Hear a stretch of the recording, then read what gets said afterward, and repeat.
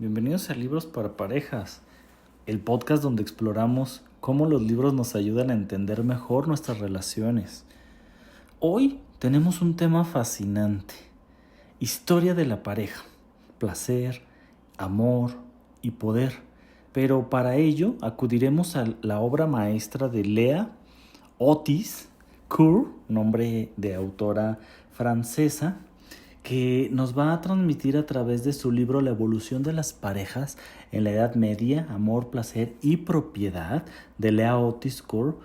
Lo vamos a utilizar para hacer un viaje en el tiempo para descubrir cómo las parejas medievales vivían el amor, el matrimonio y la sexualidad. Por ejemplo, ¿sabías que en la Edad Media el matrimonio no era por amor, sino eran alianzas familiares y tal vez propiedades? Además, la Iglesia tuvo un papel clave, fundamental, en definir lo que hoy consideramos como matrimonio. Pues vamos a ello. ¿Qué te parece si, como siempre, en honor a los autores de los libros que traemos aquí a este podcast, te cuento un poquito sobre Leah Otis Curr? Ella es la autora principal de este libro, Historia de la pareja en la Edad Media, Placer y Amor. Es una historia especializada, pero esto no podría ser posible sin los estudios en historia. Entonces, Leah Otis Curr se considera, o tiene más bien, todas las acreditaciones para ser una historiadora especializada de la Edad Media, con un enfoque particular en la historia social, las relaciones de género y la sexualidad. Su trabajo académico se destaca por su rigurosidad y su capacidad para combatir fuentes históricas que no son reales y combinar análisis antropológicos y jurídicos para crear una perspectiva de cómo la historia nos influye en el presente. Otis Curr ha sido profesora e investigadora en varias universidades de mucho prestigio en el mundo, especialmente en Europa. Su obra es reconocida por diferentes instituciones a nivel internacional. Se le reconoce por aportar una visión profunda y detallada de cómo las estructuras sociales, religiosas y legales de la Edad Media han influido en la vida íntima de las personas. Su enfoque interdisciplinario le permite explorar temas como el matrimonio, la familia y la sexualidad desde múltiples perspectivas, lo que enriquece enormemente su trabajo. Además, en este libro tenemos la participación de un gran escritor, que se trata de Juan Pablo Fussi, un reconocido historiador español, que él está especializado en historia contemporánea.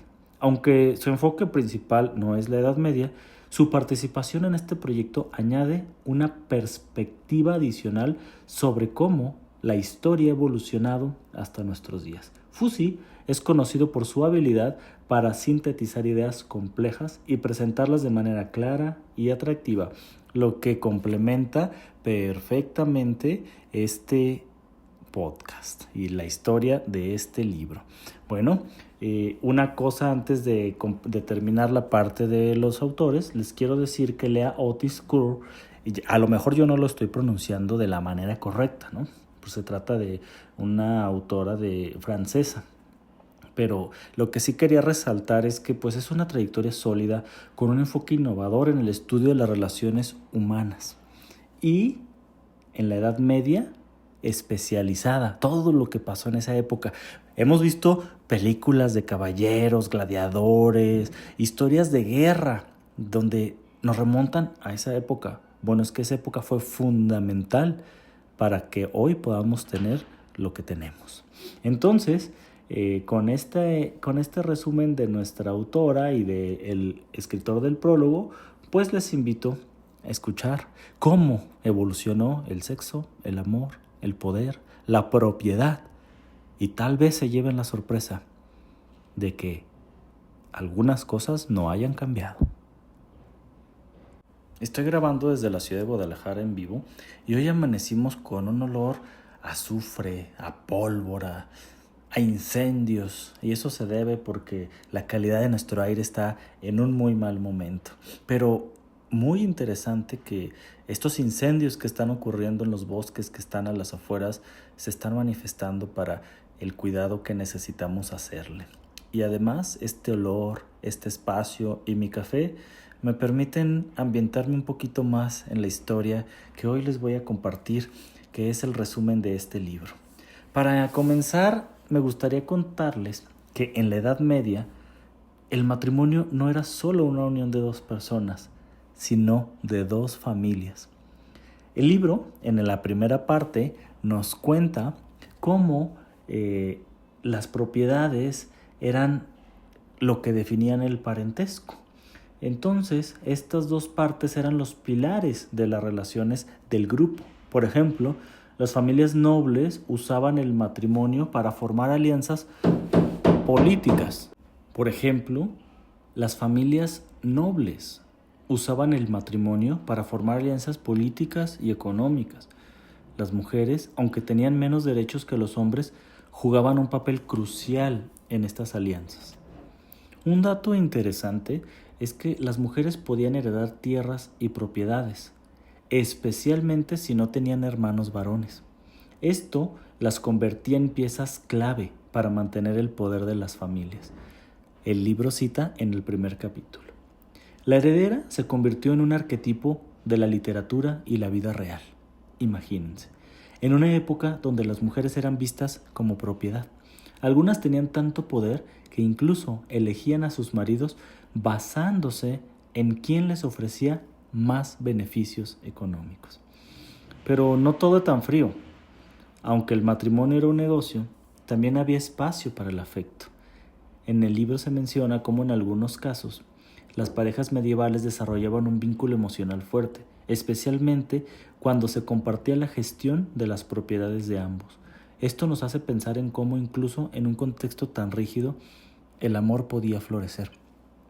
Un dato que a mí me pareció fundamental en esta primera parte que quisiera compartírselos es que narra cómo el efecto de las guerras, las migraciones y los sistemas de defensa de las comunidades, de las tribus en la Edad Media definían demasiado lo que fueron las relaciones. Por ejemplo, hay un apartado en el que cuenta un poco una historia en el que una tribu pues había vivido en paz muy buen tiempo, quizá llevaba 2 generaciones en paz. Entonces en esta tribu se acostumbraban a tener relaciones de pareja más o menos relacionadas con la crianza y pues la conservación de la tribu.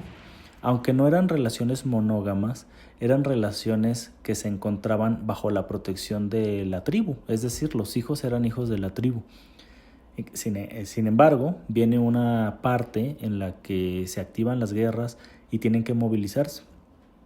Y de la nada, las personas mayores pues empiezan a morir, los hombres empiezan a irse a la guerra y las parejas se reconfiguran totalmente. De tal forma que llega un momento en el que los hombres tenían un sustituto. Es decir, si se iban a la guerra, un hombre podía decirle a su mejor amigo que no iba a la guerra, o si también iba a la guerra pero este sobrevivía, hacían un juramento. Este juramento consistía en entregar una moneda de oro o de plata, de la de mayor valor posible, como símbolo de, en caso de mi muerte, con esto puedes cuidar a mi familia. Esto significaba que el amigo sobreviviente tenía la autoridad, la autorización para ir a reclamar a esa mujer.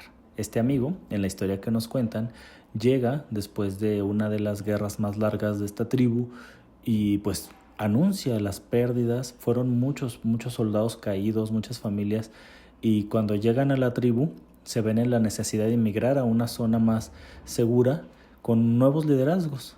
Muchas mujeres quedaron viudas. Sin embargo, algunos traían estas monedas y en automático ellos llegaban con estas mujeres y les decían: yo hice un juramento, ya tengo esposa y ya ella sabe, está enterada que yo hice este juramento con mi mejor amigo, así como él, en caso que a mí me hubiera pasado esto, se hubiera hecho cargo de tu familia. Entonces ahora tú eres mi esposa y tus hijos son mis hijos. De tal forma que no había protestas. Ellas se sentían agradecidas, se sentían protegidas y parte de una gran familia. Porque en estas tribus los hijos eran hijos de la tribu, no eran de un hombre o de una mujer. Precisamente configurando este microacuerdo donde la sexualidad era exclusiva en tanto la pareja pudiera proteger a la familia. Lo más importante era la conservación de la familia, el poder garantizar que esta tribu iba a sobrevivir. Aquí la autora, con esta historia, a mí me dejó súper sorprendido porque pues te puedes dar cuenta de cómo no podemos juzgar ningún tipo de relación, acuerdo, y mucho menos pensar que esto se quedó en el olvido. Como muchos saben, yo nací en el estado de Durango, en el bello y hermoso estado de Durango, montañoso, boscoso y también muchos pueblos fantasma. Pues que no les sorprenda que yo les diga que en pleno 2025, en este año, muchos de estos pueblos que se quedan fantasmas, los hombres se van y las mujeres se quedan. Las mujeres se quedan y son las herederas de las tierras de los padres, son las herederas del dinero, digamos, que mandan los esposos que se fueron a Estados Unidos, por ejemplo, a trabajar. Entonces, aquí las relaciones de pareja son muy parecidas a lo que se menciona en este libro en la Edad Media, donde el objetivo, más que la exclusividad sexual, el vínculo afectivo, tiene que ver con una supervivencia. En pueblos, por ejemplo, como el Mezquital Durango, donde la cultura tepehuana pues es muy presente, yo puedo ver esto. Puedo ver cómo hay mujeres, por ejemplo, de 20 años, 22 años, casadas con hombres de 60, 70 años, porque ya no había más. Y son los únicos supervivientes, ¿no? que sobrevivieron a este mundo tan hostil que fue la migración. Puedes ver, por ejemplo, estas mujeres con niños pequeños, pero los hombres parecen sus abuelos, pero es algo que en su contexto es algo totalmente normal y aceptado. Incluso muchos de estos hombres que se van a Estados Unidos tienen allá pareja y en cierta forma hay un vínculo y una conexión con su pueblo en el que saben que esto pasa y lo aceptan. Incluso no hay una necesidad o un sentimiento de posesión ni de exclusividad. Esto pasa en este pueblo, en las comunidades indígenas del Mezquital Durango, por ejemplo. Y esto nos remonta a que la relación de pareja, el sexo, el poder, el placer, están muy determinados por lo que pasa en la vida de cada persona y en el contexto en el que está inmerso. Les digo porque hoy se está dando mucho el fenómeno de los sugar daddy, ¿no? No tanto el de la sugar mommy, pero sí en ciudades más grandes como Guadalajara, sí hay más sugar mommies, ¿no? Por la economía. Sin embargo, un fenómeno más común, más observado, incluso en ciudades pequeñas, en ciudades grandes también, es el de sugar daddy, ¿no? Son estas relaciones en las que se atribuye un intercambio económico, donde la persona mujer, donde la persona dice, yo necesito tal y tal cosa a cambio, y la otra persona a cambio de sexo o a cambio de alguna otra cosa afectiva, pues tienen un acuerdo económico. No hay un vínculo afectivo como tal. Y si lo pensamos, a mí me ha tocado estar en muchas ciudades, trabajando, viajando, y me doy cuenta cómo este fenómeno va en incremento en la sociedad y no lo podríamos decir que es algo malo. Si lo ponemos desde los ojos de la religión, que ya más adelante vamos a ver el poder y la influencia que tiene la religión en las parejas, pues es cuestionable. Sin embargo, ustedes lo han visto en las noticias, en los desarrollos, digamos, investigadores periodísticos sobre la economía del mundo. Las generaciones cada vez tienen más difícil, las nuevas generaciones, pues hacerse una casa, un carro, un trabajo estable que no sean explotadores. Entonces, a lo mejor no estamos en la era medieval, pero la era medieval no se ha ido de nosotros del todo porque la capacidad económica de las sociedades, el poder mantenerse a salvo, seguros, pues aquí no hay un juramento, pero sí hay prácticas que son cuestionadas, criticadas, juzgadas por la sociedad, sin embargo, practicadas en lo oscurito por todos, por todas las personas que llegan a este momento. La plataforma OnlyFans, por ejemplo, es una muestra de ello, donde la sexualidad se ofrece públicamente sin tener que convertirse en un sistema de prostitución. al menos no en un principio, a cambio de este modelo de negocio. Lo dice la autora en este libro, como las mujeres que no tenían herencia, terrenos, o la protección, o el juramento de algún amigo que se quedara a cuidarlas, que no tenían nada, eran las mujeres que estaban menos favorecidas o que tenían cero privilegios. Y muchas de ellas caían en la prostitución o eran obligadas a la prostitución, ya que pues no había hombres que se querían hacer cargo de ellos, porque acuérdense, para hacerte cargo de una mujer había que tener un amigo que antes la había poseído.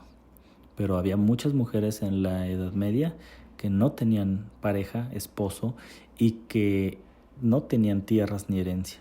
Estas mujeres fueron arrojadas a la prostitución como una forma de darles un instrumentalismo en la sociedad tribal, en la migración y sobre todo para darle fuerza a sus soldados. Muchas de ellas lo hacían sin necesidad de como quejarse, digamos, de esta parte, sin sufrir, porque había, dice la autora, una cultura del sexo muy abierta. Sin embargo, por la guerra, pues había niñas, había adolescentes y había muchas mujeres que no querían y eran forzadas a ello. Aquí podemos ver cómo en la Edad Media se ponía preponderantemente la supervivencia de las sociedades, y eso implicaba, como lo dicen en las películas, daños colaterales. Sin embargo, esos daños colaterales se perpetuaron durante mucho tiempo porque la Edad Media duró bastante. Entonces, estas mujeres que no tenían un legado, un juramento, un terreno, pues terminaron de esta manera. Y de ahí nacieron hijos heridos, traumatizados contra el sistema y el gobierno. Y bueno, eso ya nos lleva a la segunda parte de este libro, que se llama El control de la sexualidad y el matrimonio.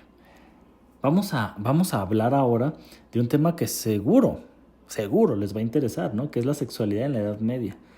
La Iglesia empezó a observar, aquí la autora nos cuenta, cómo después de tantas guerras, de tanta migración y de este fenómeno que se estaba presentando, que ya les compartí un poquito los roles que estaban pasando en la sociedad, la Iglesia empezó a crecer, a tener mayor presencia en diferentes lugares, a ser reconocida incluso como los poseedores de la verdad, de la ciencia y la verdad. Todo era a través de la autoridad de un sacerdote.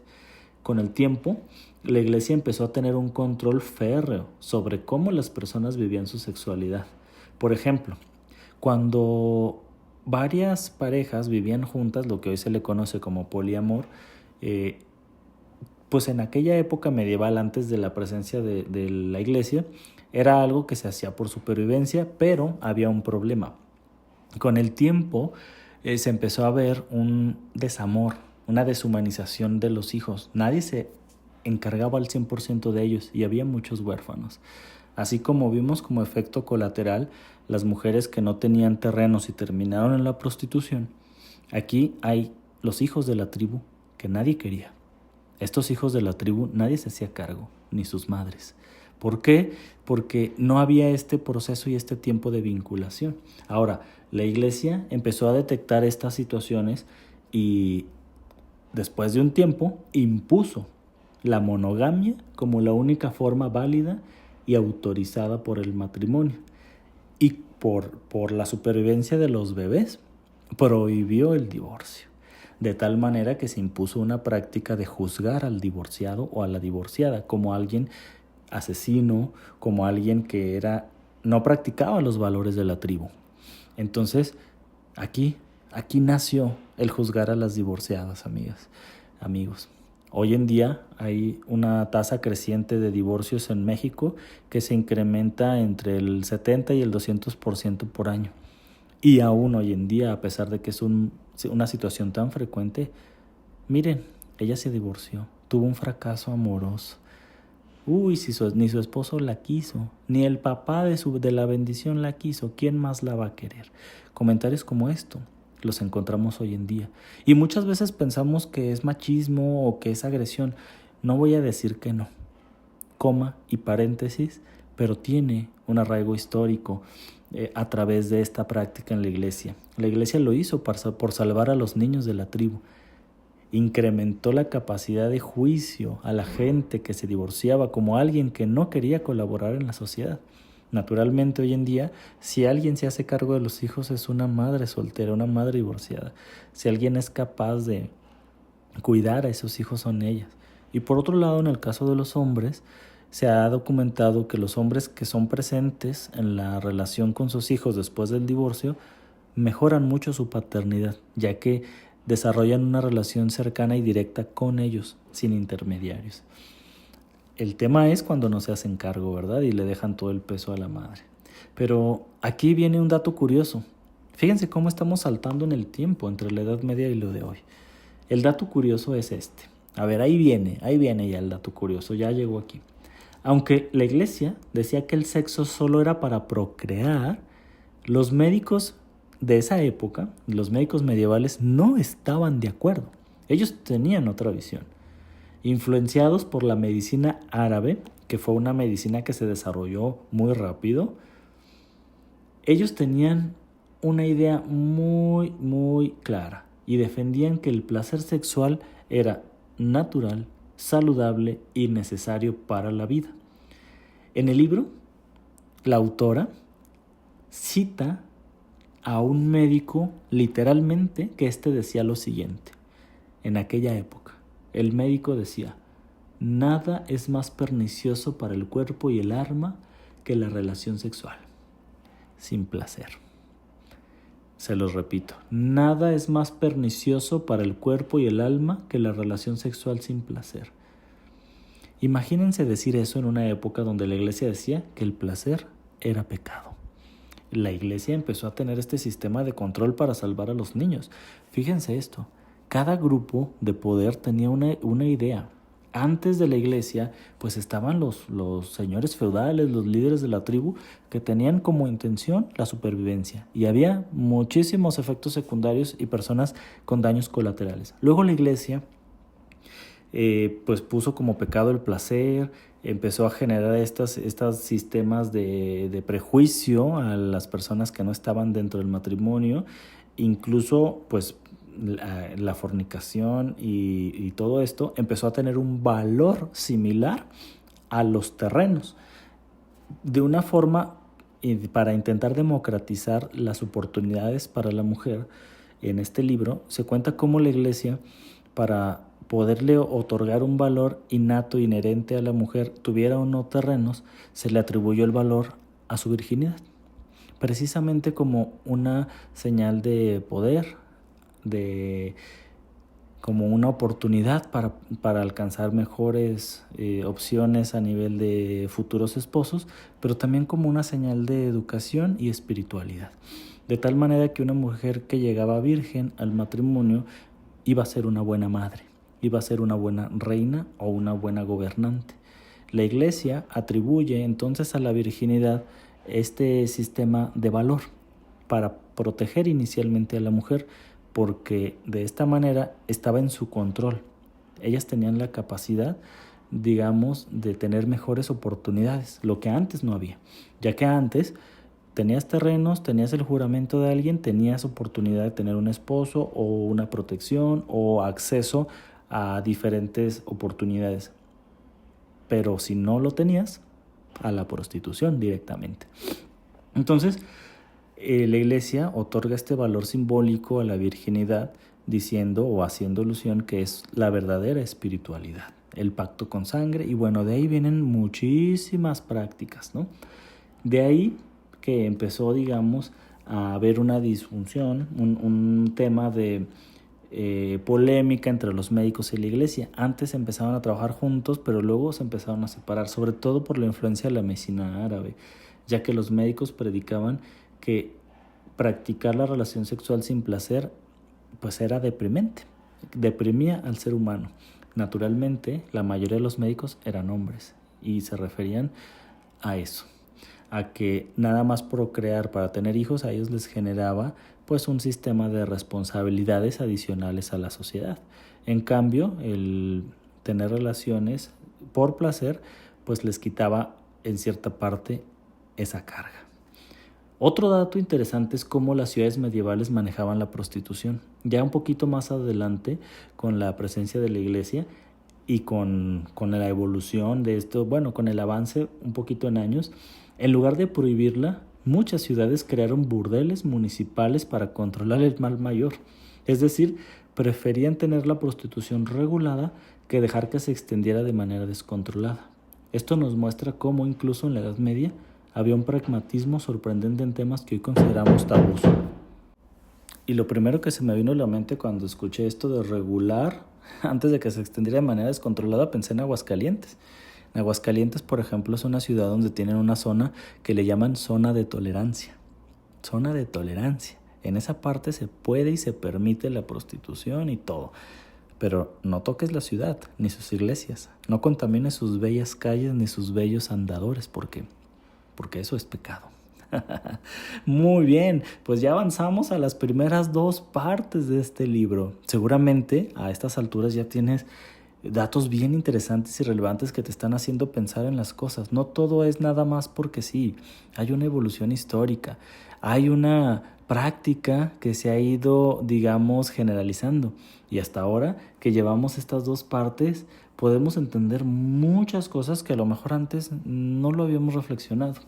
Y ahora vamos a la tercera y última parte, que se llama matrimonio y amor como una virtud. Finalmente, llegamos a la parte más romántica de la constitución de una relación de pareja. Acordémonos que en la primera parte de la etapa medieval, los matrimonios eran hijos, no eran matrimonios para empezar, eran relaciones de parejas para tener hijos, para perpetuar la tribu. Y los hijos eran hijos de la tribu. Esto trajo algunos problemas, como la prostitución y como muchos hijos no reconocidos y abandonados. Después vino la época de la iglesia en la que se instaló el matrimonio, la virginidad y se le atribuyó el valor económico a la virginidad para poder salvaguardar a los niños y a las mujeres con una intención inicial que con el tiempo provocó disturbios y una gran diferencia y rebeldía entre los médicos de la época y la iglesia, separando la medicina de la iglesia como una de las causas principales de esa época. Ahora sí, llegamos a la parte, ¿cómo surgió el romance? Pues aunque al principio era el matrimonio algo más un contrato que una unión amorosa, con el tiempo el amor empezó a ganar importancia. En la literatura medieval, como los romances de la caballería, como estas historias donde se gustaban una mujer de una tribu y un hombre de otra tribu enemiga, seguramente hemos escuchado hemos leído o escuchado obras de Shakespeare, por ejemplo, que retratan relaciones medievales en un mundo occidental. Un poco como Juego de Tronos. Juego de Tronos tiene un estilo shakespeariano, se inspira obviamente George R.R. Martin, el autor de estos libros, en él. Si no me equivoco, Martin también es inglés. En este autor, pero lo que hace Martin, a diferencia de Shakespeare romantiza el romance, se podría decirlo, y se centra en la historia de amor, mientras que George R. Martin cuenta las historias tal como ocurrían, donde había incesto, donde había abuso, violación y muchas otras cosas. Sin embargo, en medio de todo este caos, el romance sí empezó a surgir. En el libro se menciona un poema que se encontró en la Edad Media, una canción que era un poema soneto que se llamaba El Cantar de los Nibelungos, o los romances de los Chetrin de Troyes, que mostraban parejas, se los leo literal, Chetrin de Troyes, a ver si mi francés no está tan mal, donde mostraban a parejas que, a pesar de las dificultades, luchaban por su amor, se cambiaban de tribu, rechazaban al padre. Ellas decidían romper la virginidad con esta persona que amaba, porque acuérdense que la iglesia sostenía que la virginidad era una virtud y ellas se podían enamorar de un hombre, pero no tenían relaciones con él porque a lo mejor no era del nivel económico que la iglesia autorizaba y la familia por ende para ellos. Entonces aquí se empezó a dar el romance donde ya la virginidad se entregaba de manera voluntaria, no por medio de una negociación socioeconómica y cultural, y donde las relaciones empezaron a ser de pareja, es decir, busco a ella, busco a él y me entrego en cuerpo, en alma y en espíritu. Naturalmente la iglesia no estuvo de acuerdo con todo esto y pues excomulgó a muchas personas. ¿Qué les digo? Había una intención inicial, pero después de esto se les olvidó que controlar la conducta social no es lo mejor, porque la sociedad está compuesta por personas, las personas están compuestas por deseos y los deseos mueven al ser humano. Lo interesante que nos transmiten estos poemas y estas canciones es que esto influyó en la sociedad y poco a poco el amor empezó a ser una virtud. Las mujeres empezaron a desear enamorarse, empezaron a soñar con encontrar a su príncipe azul, pero no nada más de sangre noble, sino un hombre que las amara y que ellas pudieran amar. Esto influyó de tal manera que el amor empezó a verse como un valor positivo en la sociedad y por ende un paso necesario para construir el matrimonio. En esta tercera parte de la etapa medieval, la iglesia aceptó esta práctica con una condición. Tendrás que amar de verdad, para poder pasar al matrimonio y tener la bendición del sagrado matrimonio. Por ello, muchas de estas parejas se casaban escondidas para poder tener el permiso. Huían y hacían rituales donde un sacerdote les daba la bendición, pero de cierta forma empezaron a encontrar en el amor una forma fascinante no solo de sobrevivir, sino de vivir. Y aunque en algunos casos las parejas medievales podían anular su matrimonio si no había consumación, es decir, a través de la relación sexual, o porque el marido, por ejemplo, tenía disfunción eréctil, o la mujer podía decir, no, pues el marido no lo pudo consumar, podían pedir su anulación, pero había un proceso. En la primera etapa no había proceso, simplemente cambiaban entre hombres, este no sirve, me voy con el otro porque la tribu lo favorece y lo permite. Pero después, con la instauración del matrimonio, se volvió todo un proceso burocrático. Puedes salirte de la relación, pero no es fácil, hay que hacer un proceso. ¿Les recuerda algo? Que hoy en día, ¿no? Pensamos que terminar una relación es ya decir que se acabó y listo. Y no. ¿Quién se queda con el perro? Esto sí me dio risa porque lo escucho bastante seguido. Es que los perritos, bueno, es una institución, aunque no haya sido un matrimonio, no es de un día para la noche el poder salir de una relación que por algún sentido no se pudo dar. Lo interesante aquí en esta etapa de la Edad Media es que las mujeres ya podían anular el matrimonio. En la primera no podían, tenían más acceso a otros hombres, ahora ya no, eran exclusivas de este. Y por ende, lo podían anular. El libro cita un caso donde una mujer acusó a su marido de impotencia. El tribunal ordenó una investigación donde se contrató a una prostituta y a un equipo de prostitutas para poderlo erotizar, de tal forma que ellas iban a tener pruebas de que si el problema era la mujer o él. Después de las pesquisas e investigaciones, este hombre no pudo tener la erección.